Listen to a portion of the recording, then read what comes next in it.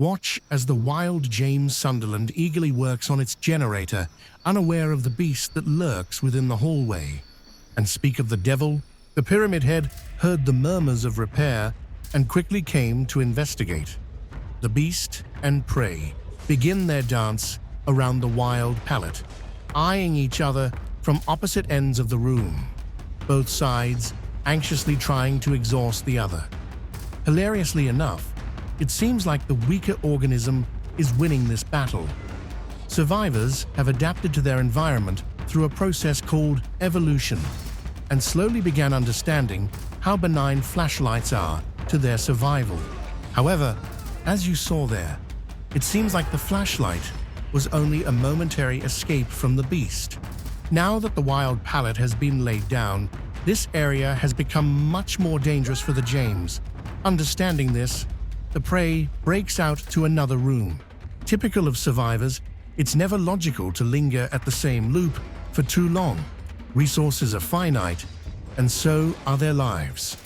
As I'm sure you've seen, it appears the predator is struggling to catch up to the prey.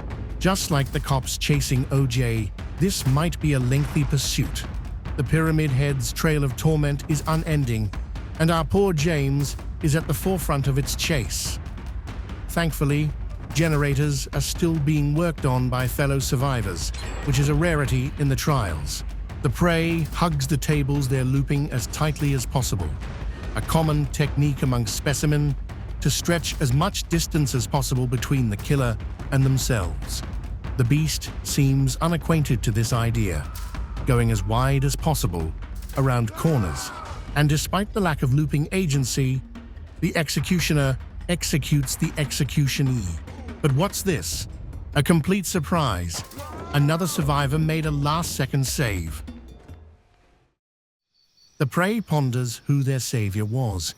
They looked awfully familiar. But wait. Oh, that's just James's dead wife. Mystery solved. But regardless, the organism still seems utterly confused as to how its dead wife has joined them within the entity's realm. They wonder to themselves, could this really be my Mary? The James continues to ponder without speaking a word, leaving the mysterious survivor confused. It appears they want to go ahead and work on another generator together as they brought Prove Thyself. Come on already, the dead wife exclaims. James agrees and eagerly leads the way. Before working on the generators, the James opts to question reality. They wonder how they got here, why Mary is seemingly here, and why the hell do they have to fix 5 generators to escape? All great questions, but woefully no answers. Sensing their dissociation, Mary brings the fellow survivor into the courtyard. Gesturing towards the sigil, the Mary abruptly collapses onto the ground. James has absolutely no clue what just happened, so in typical survivor fashion, they click their flashlight at their buttocks. Onwards, James says, I must finish the generators. But unknown to James, Mary quietly reawakens. Instead of doing the one thing survivors are tasked with doing, the prey once again enters a chase with a predator. Despite all odds being against the piddling organism, they are doing an exceptional job at wasting the killer's time. The red pyramid thing has not managed to land a single shot on the prey, notwithstanding their strongest efforts. And even though they don't have eyes, the flashlight beam once again demonstrates its power, completely disorienting the supposed predator. As the beast is occupied, so are the remaining survivors, as the generators fly by in succession. Only wanting to chase James has been futile, as no hooks have occurred. Between these two things, the outcome of this trial is heavily against the predator. But like a gift from God, the Pyramid Head finally gets a lucky hit on Dwight, who had been hibernating in a locker the entire trial. Now it's time for Dwight to take a nap on the hook, which is exactly what our dear predator was waiting for. Continuing onwards, watch as the James rushes to the gate, with Mary magically appearing by their side. Behind them, in hot pursuit, is the killer, who unfortunately arrived to the gate too late. Time runs thin, with the toxic survivors bullying the poor killer with only one hook. But my cherished viewer, one hook is all you need. A fun party trick called Blood Warden stops the prey right in their tracks. Unable to escape, they turn to the predator in a sheepish beg of mercy. Unlucky, all it took was one uninterested teammate to flip the trial towards an alpha victory. Thus, the Pyramid Head secures another meal. If you're struggling to see the killer, don't be worried. Your eyes aren't deceiving you. What you're witnessing is a reckless doll named Chucky chase your typical Zarina. Clocking in at 29 inches or 0.74 meters tall, this little guy has a big appetite for survivors. However, this Zarina may be poisoned with how toxic they're being. Rather than using the flashlight as a tool, they're using the flashlight to blind and irritate the teeny-weeny beast. Not only that, it appears the prey brought another item with them, the chemical trap. In spite of this loop's tiny size, which is relatively large in comparison to Chucky, this organism is struggling to connect a hit on the prey. Oh no, it seems like their feelings have been hurt. Enough with the downplay. Let's skip to a chase where we can watch the beast successfully hook the prey. Slicing right through the shack window, the Chucky giggles as they pick up the atom.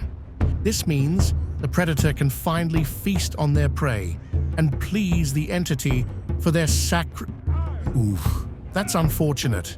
They stared right at that firecracker like it was a piece of candy on the ground. How about this? Unlike the Pyramid Head, this Chucky has no hubris and is interested in patrolling the generators. Even the Mikaela seems fond of the idea, weirdly enough. Oh, that's why. Just like the Zarina, we have yet another disingenuous survivor lurking around this trial. Absolutely fed up with human greed, the colorful organism is going to commit to this chase. Returning to another wild pallet, neither the predator nor prey are going to give up this hunt. Jumping up and down like they're faking a tick, the specimen seems incredibly proud of such a mundane stun. Regardless, the predator remains livid in their pursuit, following the Mikaela's boon-flaked ass. Preparing to pounce, the Chucky whiffs on what would have been an easy down, leading into yet another avoidable stun. Nonetheless, our tiny friend is invigorated with the hatred of 1,000 men, never giving up, even in the wake of shallow sweatiness of a fellow ginger. It all led up to this, asserting dominance over the weaker ginger, and thus Chucky seems quite enthused with capturing its prey.